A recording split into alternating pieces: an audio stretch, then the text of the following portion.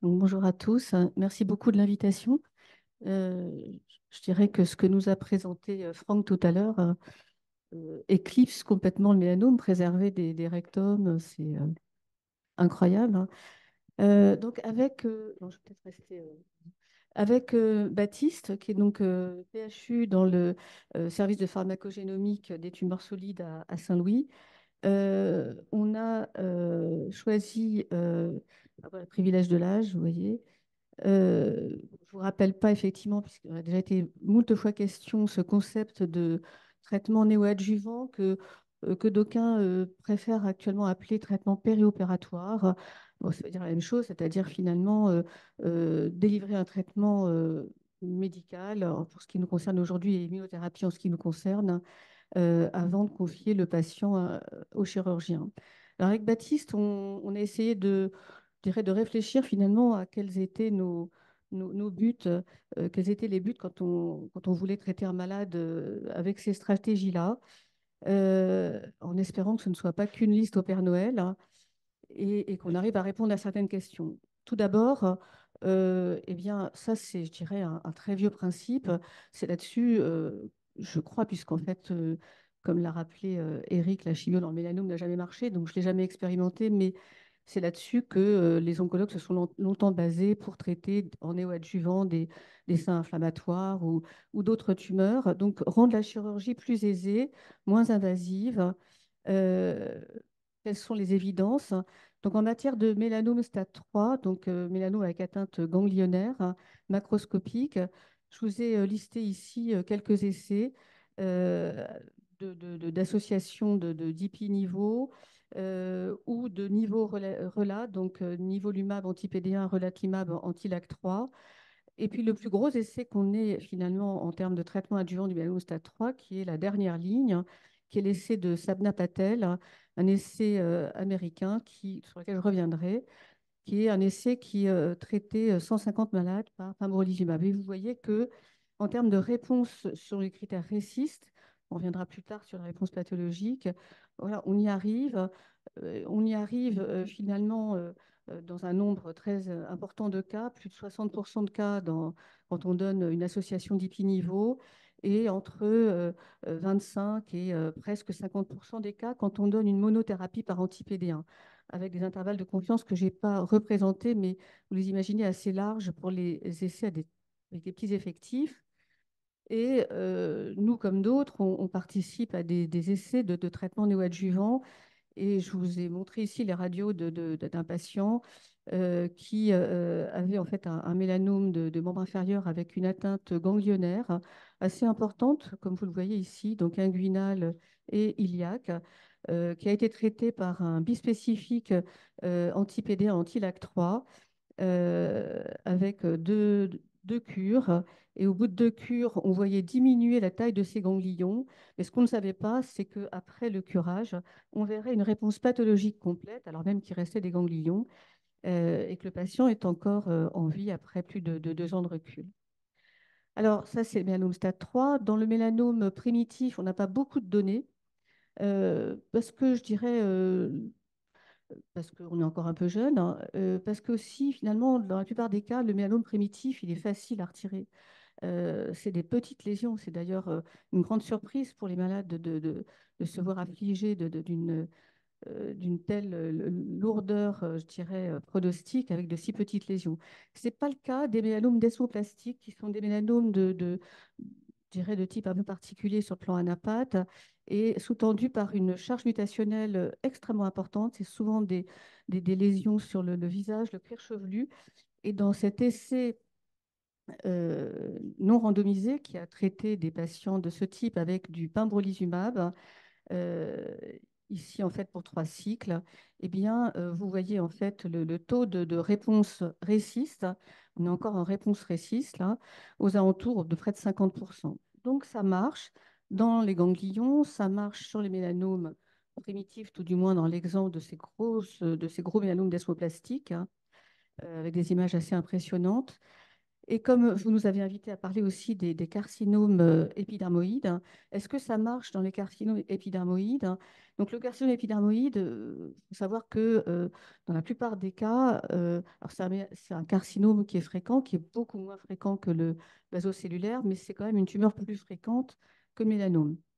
Dans la plupart des cas, on guérit ces patients avec la chirurgie, mais dans 5% des cas, finalement, les patients vont développer des récurrences et des atteintes ganglionnaires, et bien plus tard, des atteintes systémiques. Donc la biologie est effectivement pas la même que celle du mélanome, mais on voit des atteintes, des envahissements locaux-régionaux tout à fait handicapants. On sait que chez ces patients-là, dont la charge mutationnelle est extrêmement élevée, beaucoup plus élevée encore que dans le mélanome, c'est des tumeurs qui, en règle, apparaissent dans des zones photoexposées. On sait que les anti-PD1, cemiplimab, pembrolizumab, marchent bien dans des tumeurs localement avancées.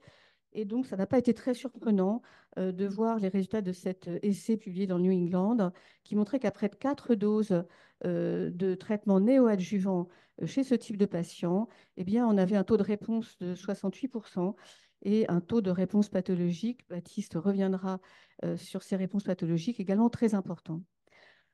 Des résultats également intéressants. Alors je vous parle là, vous le verrez finalement dans tout ce que je vous présente, on n'a qu'un seul essai contrôlé, c'est celui que je vous ai montré initialement dans le mélanome de Patel. Tout le reste, c'est des essais monobras. Euh, Autre essai dans le carcinome, alors je dis des bêtises, puisque là, on a randomisé niveau versus hippie-niveau pour une cure, sans avoir, je dirais, la prétention statistique de montrer une différence. On a quand même l'impression d'avoir des réponses récistes et pathologiques plus importantes avec l'association, mais ce n'est pas statistiquement significatif. Et par contre, eh bien, on a des réponses tellement magnifiques eh bien, que certains patients ne veulent plus être opérés. Je veux dire, quand il faut effectivement sacrifier ou une paupière, voire dans certains cas un œil, on comprend que les patients, surtout à ces âges-là, nous disent bah, écoutez, on verra après ce qui se passera. Donc, ça rejoint ce que disait Franck tout à l'heure. On- Cet objectif, en tout cas, il est tout à fait rempli, cet objectif de réduire la masse tumorale, de préserver des organes. On a des évidences dans le mélanome et dans les carcinomes épidermoïdes, comme Franck nous l'a montré dans d'autres pathologies. Alors par contre, ça c'est donc, on a parlé d'un objectif qui est un vieil objectif du traitement adjuvant, qui était déjà l'objectif de tous les oncologues qui ont traité des cancers du sein, mais ces oncologues qui traitaient les seins inflammatoires avec des traitements néoadjuvants au stade des chimios nous ont bien montré qu'on ne modifiait pas la survie de ces malades par rapport à de l'adjuvant seul.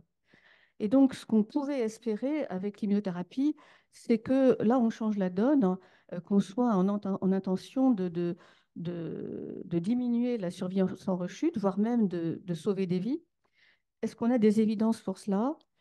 Dans le mélanome, on a les résultats d'un essai qui a été publié début 2023 dans le New England, qui est ce fameux essai dont je vous parle, SWOG 1801 qui randomisait des patients atteints essentiellement de mélanome stade 3, peu de mélanome stade 4 opérable, donc des ganglionnaires, pour recevoir soit le traitement conventionnel, c'est-à-dire de la chirurgie suivie d'anti-PD1 adjuvant, soit d'un cycle de 3 pembrolizumab préopératoire, chirurgie par curage ganglionnaire et traitement adjuvant.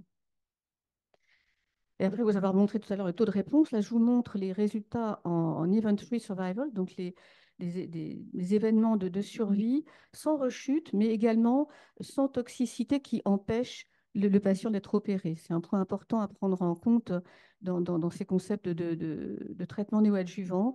Et les résultats, les courbes se basent de commentaires. Vous voyez la courbe bleue, la courbe rouge du traitement adjuvant seul, avec un hazard ratio à 0,58, avec hautement significatif en faveur du néoadjuvant, que je vous le rappelle, ces néoadjuvants recevaient, tous ces patients ont reçu le même nombre de cures de pembrolizumab. La seule chose qui diffère, c'est finalement les 3 perfs de pembrolizumab qui précèdent la chirurgie dans le bras néoadjuvant. Et vous voyez une différence en valeur absolue, cette fois, de l'ordre de plus de 20%. Donc, c'est des résultats qui, même s'ils ont porté sur des effectifs assez faible. Vous voyez, 150 malades dans chaque bras. Et même si on n'a pas encore de données en survie globale, hein, pour l'instant, elles ne sont pas significatives, mais les résultats étaient trop immatures, ça a changé nos pratiques, hein.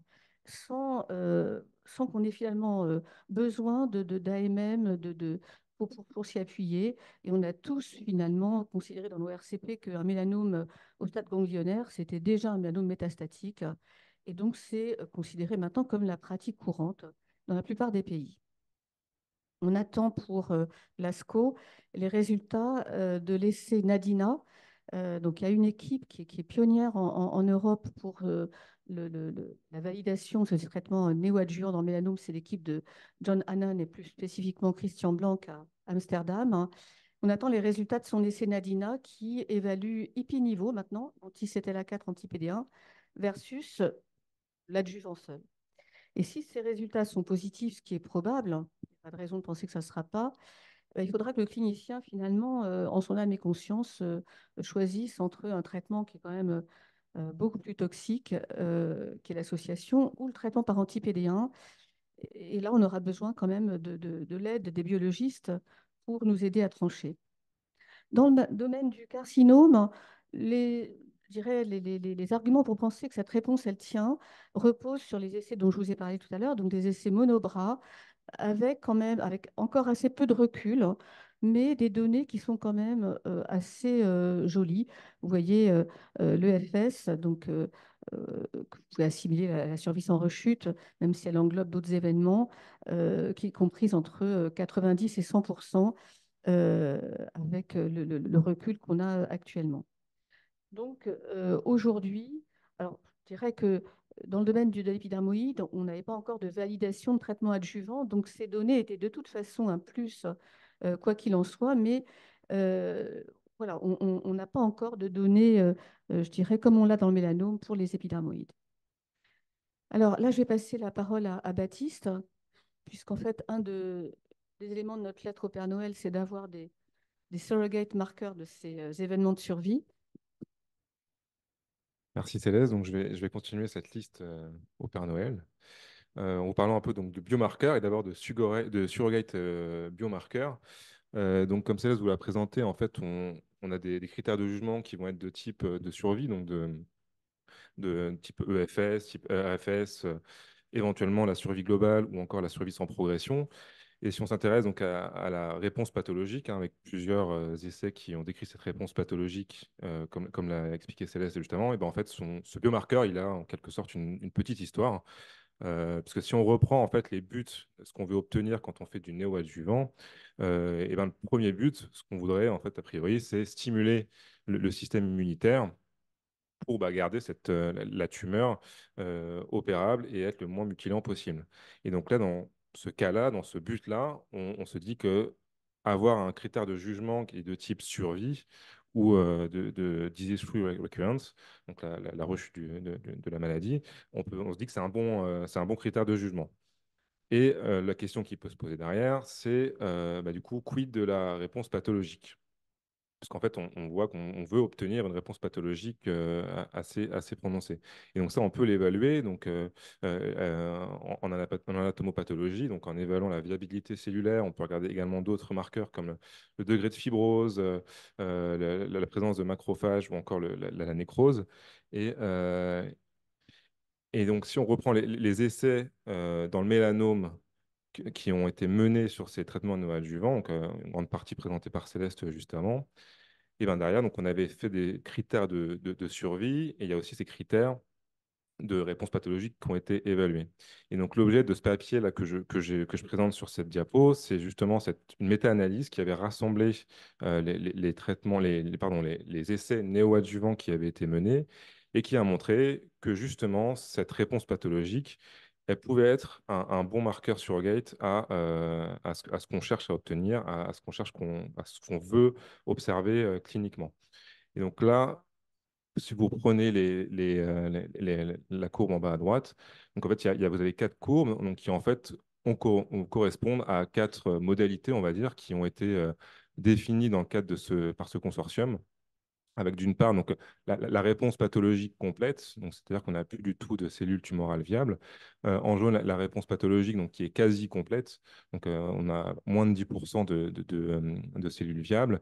Et après, donc, on bascule en vert, donc là on a une réponse pathologique qui est partielle, donc c'est-à-dire qu'on est à plus de 50, moins de 50% pardon, de, euh, de cellules viables. Et après en rouge, donc, on a les mauvais répondeurs, ce qui est critique en termes de survie, donc l'absence de réponse pathologique.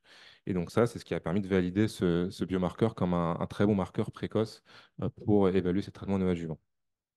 Voilà, donc un autre essai qui reprend les mêmes critères.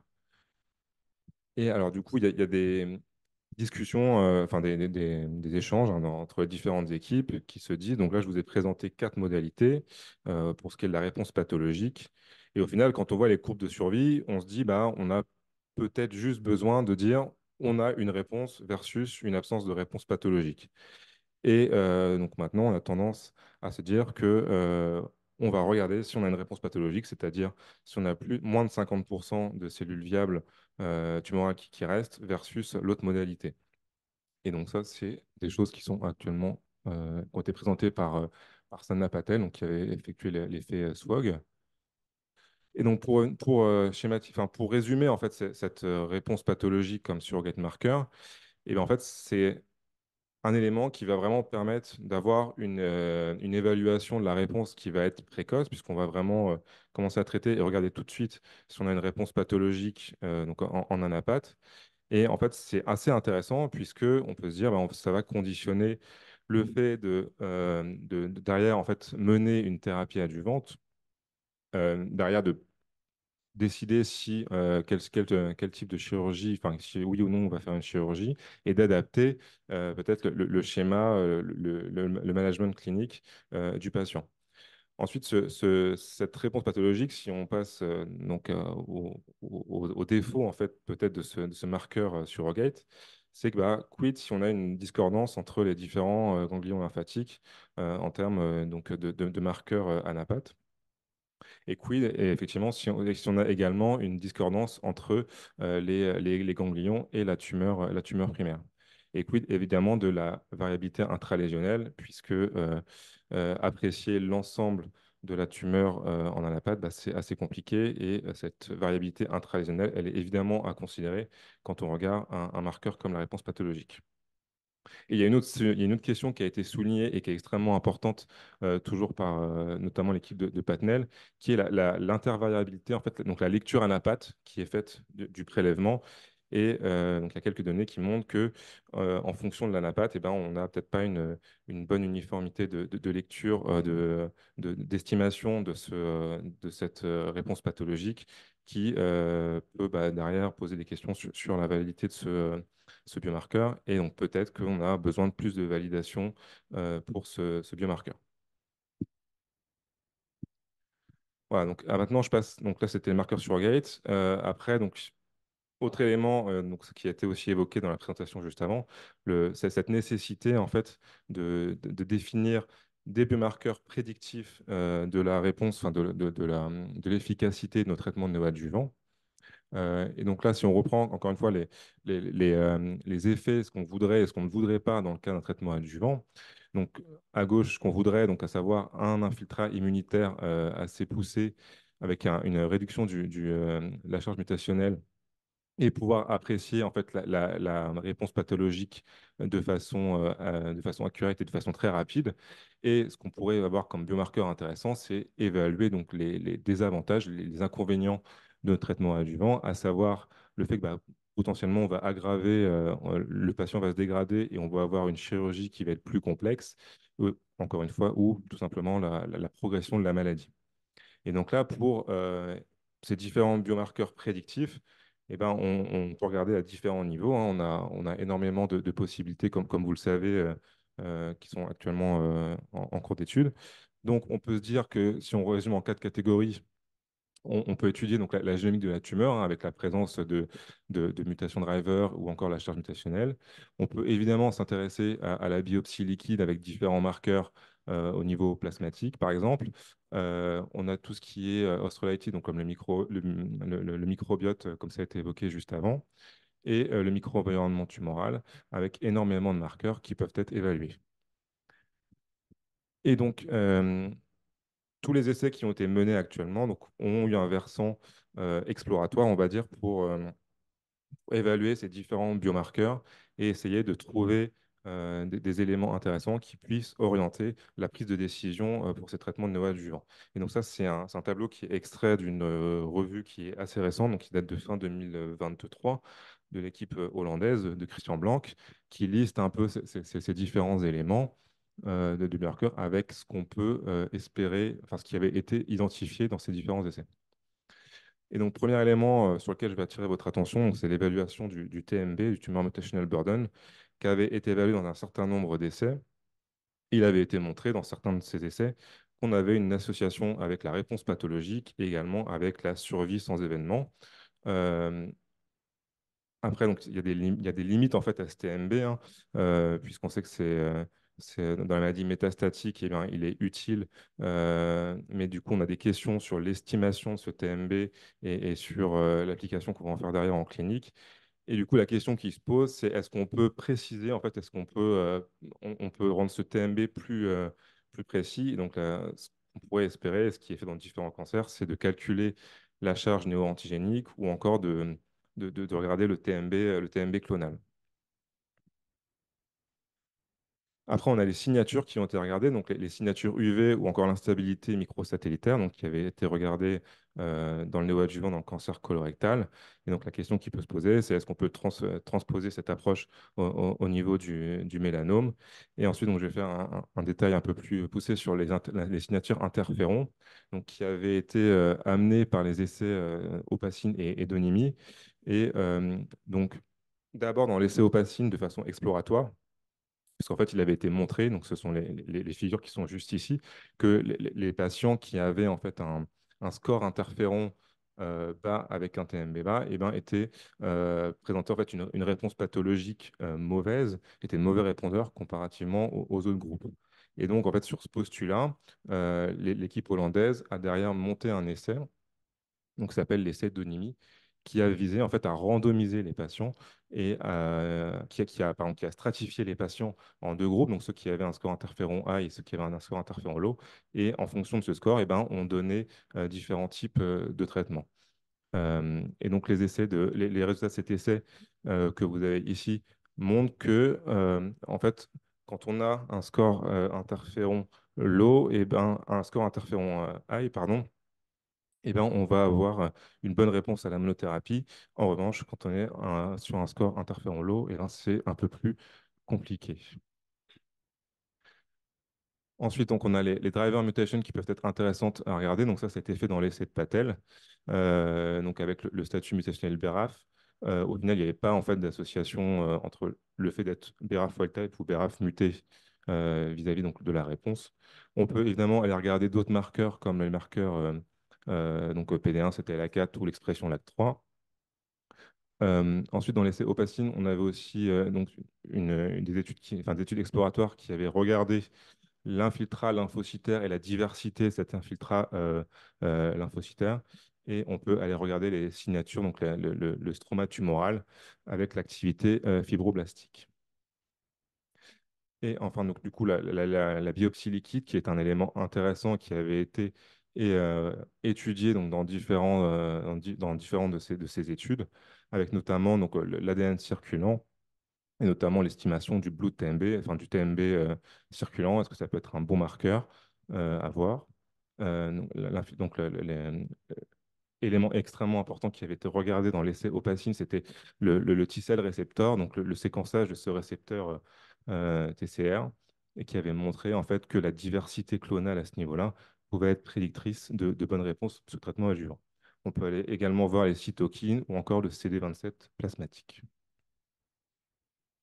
Et donc tout cela souligne le fait qu'on a vraiment besoin de comprendre l'hétérogénéité tumorale et donc la dynamique en fait de comment va se développer la tumeur et comment elle va métastaser.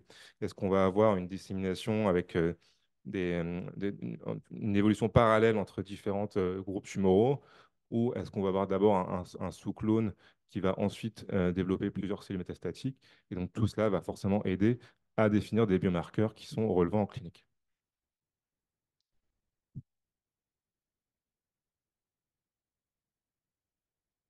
Et donc, autre élément de la liste au Père Noël, ces biomarqueurs peuvent nous aider dans la prise de décision pour définir les situations où on va avoir un intérêt à avoir une combinaison de thérapie versus une monothérapie.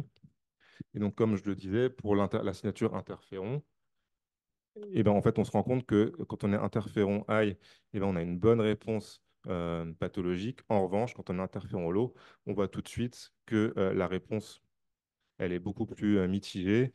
Et du coup, on peut se poser la question, enfin, quelle attitude on adopte en clinique dans ce contexte-là. Et donc, c'est là où les analyses exploratoires, les plateformes en fait, qui vont s'intéresser au patient-derived tumor fragment va être intéressante pour justement aller avec un readout assez varié, aller regarder en fait justement ces caractéristiques tumorales, que ce soit en termes de composition cellulaire, en termes de signature d'expression ARN, etc., pour aller découvrir en fait tout simplement des biomarqueurs d'intérêt qui vont derrière pouvoir constituer en fait des éléments marquants pour designer des essais cliniques qui vont être, qui vont permettre en fait justement de stratifier ces patients et de maximiser leur réponse au traitement néoadjuvant.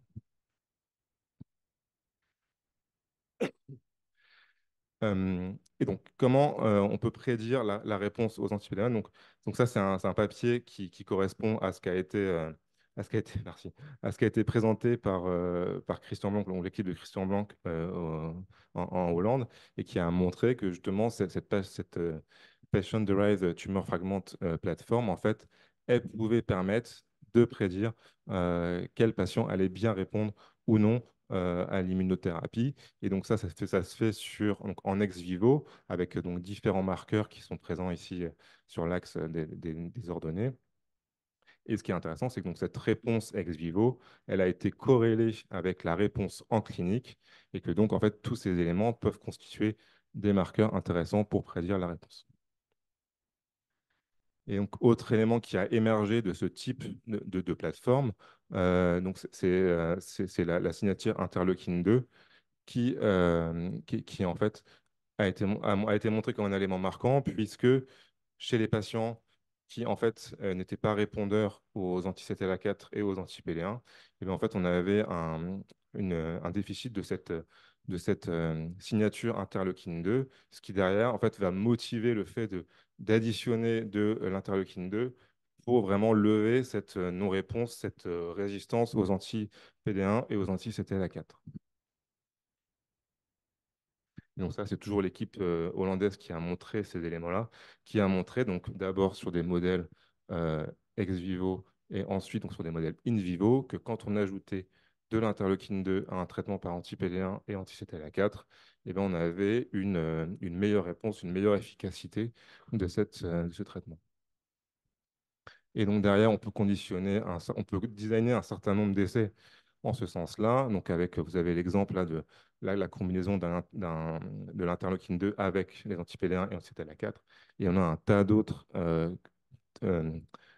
schémas avec des combinaisons de traitements qui peuvent être intéressantes et qui peuvent être définies sur la base en fait d'un biomarqueur à baseline qui va conditionner l'introduction de cette combinaison de traitements qui sont actuellement en cours. Et donc, Baptiste, donc je vais rapidement terminer. Bien entendu, on ne peut pas ne pas évoquer le problème de la toxicité qu'on inflige à des patients qui sont certes à haut risque de rechute, mais qui ont aussi la possibilité je dirais, d'avoir été guéris par la chirurgie seule. Euh, et donc, le consortium international dont tu as déjà parlé, Baptiste, qui réunit Européens, Australiens et Américains, ont établi des recommandations et notamment pointé du doigt le fait qu'on doit inclure dans cette toxicité les événements toxiques qu'on connaît bien, des immunothérapies, mais également le fait que la chirurgie soit retardée, voire rendu impossible par la progression. C'est tout ce qu'on entend par ces event-free survival. Et donc, dans ce tableau, dans ces deux tableaux un peu touffus, le message est que on retrouve au fond ce qu'on savait, c'est-à-dire que les essais qui ont utilisé une association d'anti-CTLA4 d'anti-PD1 ont été grevés d'une toxicité plus importante qu'avec la monothérapie. On s'y attendait et on l'a vérifié. Euh, Même quand on utilise des petites doses d'ipilimumab, c'est-à-dire les doses de 1 mg kilo, ça reste quand même plus toxique qu'avec la monothérapie. Et donc la problématique de savoir à qui infliger cette toxicité va être au premier plan quand on aura les résultats de Nadina. L'autre, je dirais, question, c'est la durée du traitement. Intuitivement, je dirais, on a tous envie que ce traitement soit le plus court possible, hein, parce que, encore une fois, ce sont des patients opérables, hein. Et que du coup, si jamais ils ne répondent pas, on n'a pas envie d'attendre que, je dirais, que la tumeur ne soit plus chirurgicale, voire qu'elle continue à essaimer, même si finalement, je dirais, le caractère métastatique se joue probablement bien avant l'apparition de cette métastase clinique ou radiologique. Et donc, les essais dont je vous ai parlé, tout du moins certains, au début, je dirais, ont utilisé des traitements courts, mais de durée variable, allant de 3 à 12 semaines. Et le consortium, je dirais, a recommandé de façon un peu arbitraire, mais pour essayer de fixer finalement des règles, un traitement de 6 à 8 semaines pour essayer de prendre en compte tous les éléments dont je viens de vous parler. Le dernier point, et ça a été déjà abordé par Franck, c'est faut-il franchir le cap de se passer de la chirurgie? C'est la question qu'a posée l'essai de Christian Blanc appelé Prado. Dans cet essai, des patients atteints de mélanome au stade ganglionnaire étaient en fait traités par association d'IPI niveau. Les patients qui étaient en réponse pathologique complète, eh bien, il n'y avait pas de curage ganglionnaire et il n'y avait pas de traitement adjuvant. Les patients dans les deux autres cas de figure, donc réponse pathologique non complète et les patients non répondeurs, eh bien, il y avait un curage et il y avait un traitement adjuvant uniquement pour les patients non répondeurs. Oui, j'ai fini. Euh, du coup, pour vous montrer que cet essai qui est un essai négatif, puisqu'en fait, il y a eu 2 rechutes ganglionnaires parmi les patients avec réponse pathologique complète, ne répond pas à la question.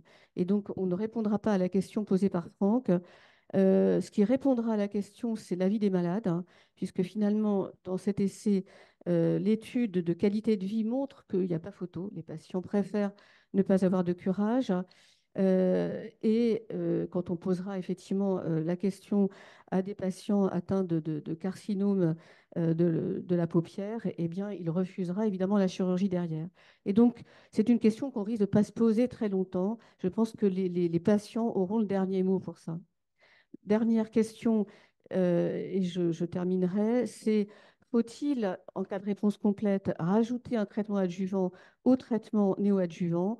On n'a pas la réponse et donc je voudrais finir en espérant effectivement vous avoir convaincu des caractères impressionnants des réponses complètes qu'on voyait dans les 2 pathologies abordées, mélanome et carcinome, qui, on espère, et c'est fort probable pour le mélanome, vont se translaté en intention de guérir, hein, que c'est un nouveau standard du mélanome stade 3, qu'on n'a pas de réponse aux questions de désescalade et qu'on est en quête de biomarqueurs. Voilà. Désolée d'avoir débordé. Merci.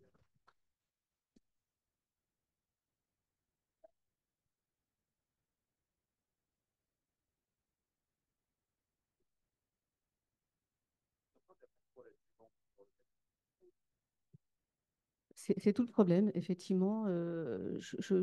Pour l'instant, aucun essai nous permet au stade 3 de nous passer de l'adjuvant derrière. Et la diapo sur laquelle j'ai un peu, je dirais, surfé, parce que j'avais plus le temps, qui émane de Prado, vous aviez vu que les patients qui étaient en réponse partielle, qui avaient en fait leur curage, n'avaient pas d'adjuvant. Et bien, ces patients se faisaient moins bien, survivaient moins bien que les patients qui étaient en non-réponse pathologique et qui avaient eu de l'adjuvant. Tout petits effectifs, on ne peut rien conclure, mais je ne peux pas répondre.